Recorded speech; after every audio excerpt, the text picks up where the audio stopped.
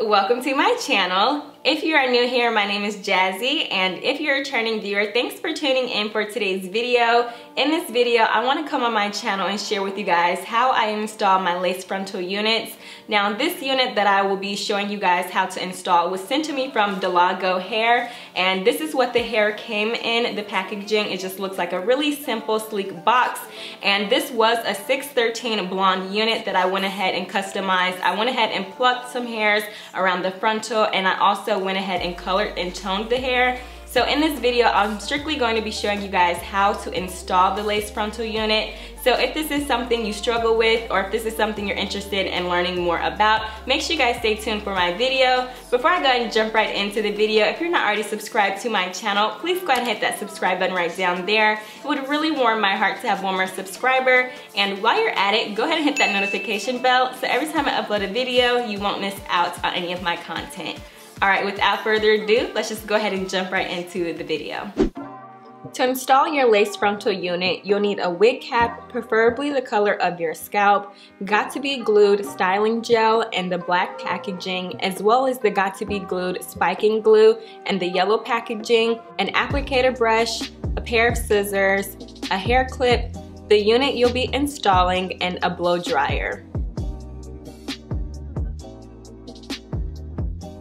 The first step is to figure out how you'll be wearing your real hair underneath the stocking cap. You can either braid your hair down or wrap it. Once you've figured that part out, you can go ahead and apply the stocking cap, making sure all of your hair, including your edges, are protected. For this video, the unit I'll be installing was sent to me from Dolago Hair, and I think it was constructed very nicely, if I must say. It has 4 clips as well as an adjustable strap to make sure the unit fits securely once applied. I first like to put the unit on and make sure the part is in the correct position, and then I brush the hair in the direction I'll be wearing it in. So for me, that's typically a middle part. Once you're satisfied with how the hair will lay, it's time to map out where you'll need to cut the lace and around your ears. So brushing the hair back away from your face will give you more control, and I like to clip the hair up once I have a good view of where the lace meets my ears. And once you have a good view, it's important to put the remainder hair out of your way so you don't cut any of the hair on purpose.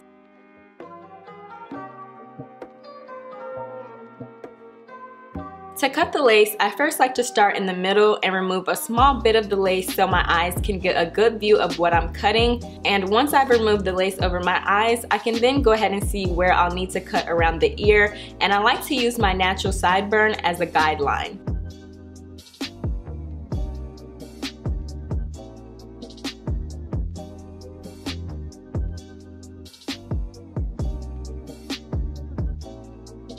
When I'm trimming the lace around my ears, I like to trim the lace directly on top of my ear.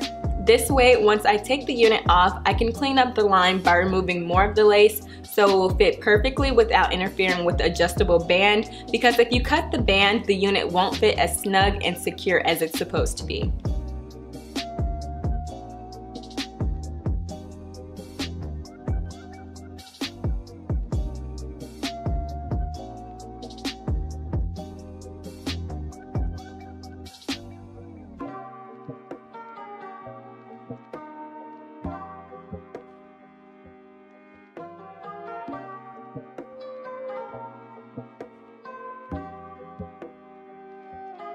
Once I have a better view of where I should trim the lace around my ears, I then like to remove the remainder lace from the back of the unit where it can be considered the nape.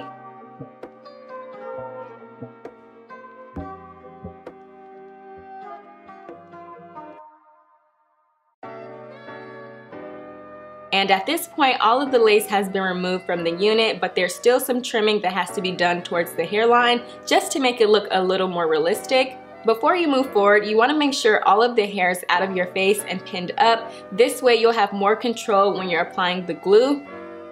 As you can see, I have a bit of lace left to remove, but I first like to make sure my ears have been cut out and that they're very comfortable.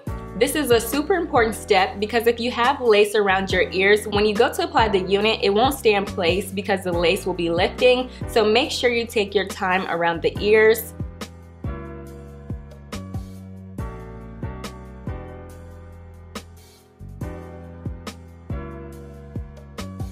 Once you feel the unit is secured around your ears, you can go ahead and start removing more of the excess lace around the hairline in a zigzag motion. Cutting the lace in a zigzag motion opposed to a straight line across will allow the unit to look more natural once you secure it down.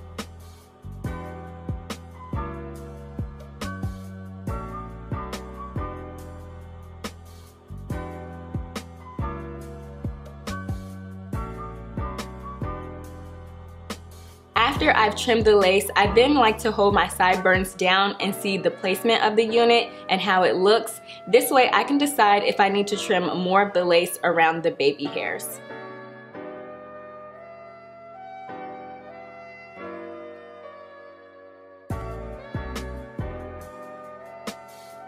Once I feel comfortable enough that I can go ahead and move forward, I then like to use my foundation to tint the lace. And there's many ways you can tint the lace, but I personally like using foundation on my units, especially if I feel the hair has already been through enough during the coloring process. And this unit was colored 3 times, so I figured adding foundation to the lace would extend the life of the hair. And if you decide to add foundation to your lace, it's super important to remember a little goes a long way. You do not need a full pump of foundation, as you're just trying to camouflage the grids on the lace to match your hairline.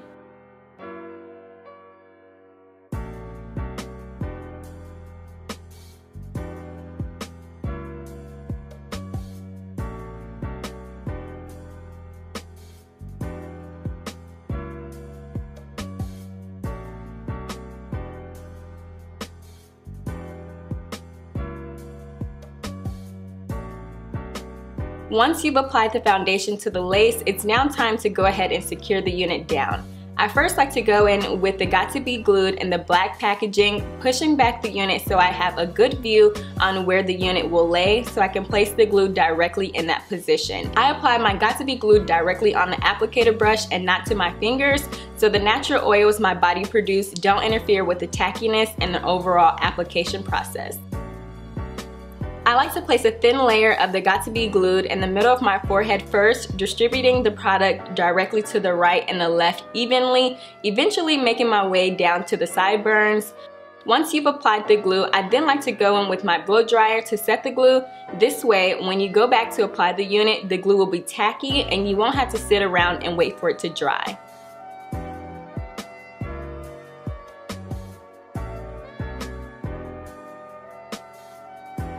Once the glue dries down a little, you want to go ahead and secure the unit to the area you applied the glue.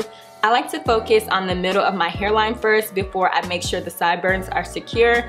This is the most difficult step when you're applying your lace frontal, because if you don't hold the lace down long enough, it will lift up. And I like to use the bottom half of my applicator brush to make sure the lace is secured and that the glue has dried before I move on to secure the sideburns.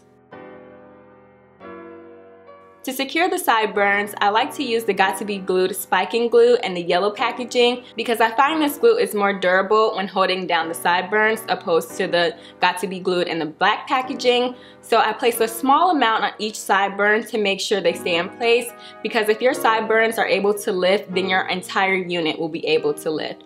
So once I applied the glue, I then go back over it with my blow dryer to set the glue in place and allow it to become tacky to hold the lace in place.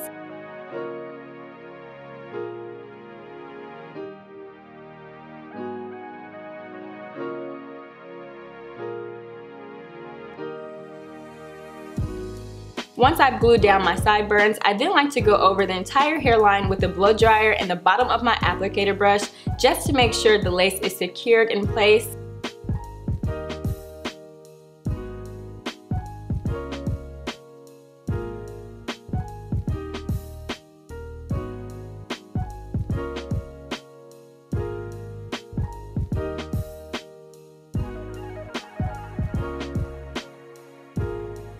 Now that my unit is applied and it's secure, I then like to move on to the baby hairs. Making a small part close to the hairline, I like to go ahead and use these hairs to trim into baby hairs, and everyone does their baby hairs a little differently, so I like to recommend making your baby hairs the way you personally like them, and at this point you can go ahead and make them as long or as short as you like them. It's really up to you.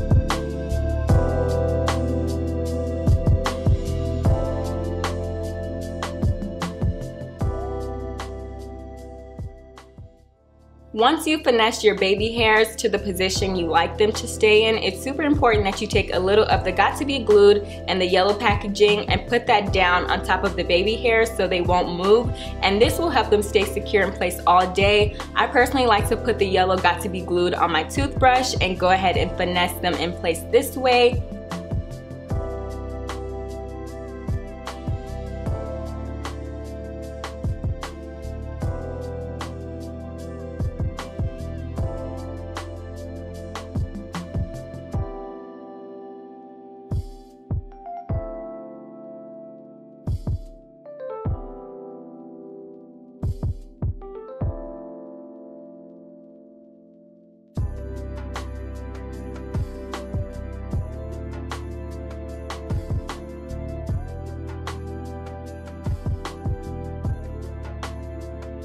And when you're done with your baby hairs, if you still feel like the lace isn't close enough to your scalp as you would like it to be, you can then go ahead and apply some more foundation directly on top of the lace so the grids will blend better with your hairline.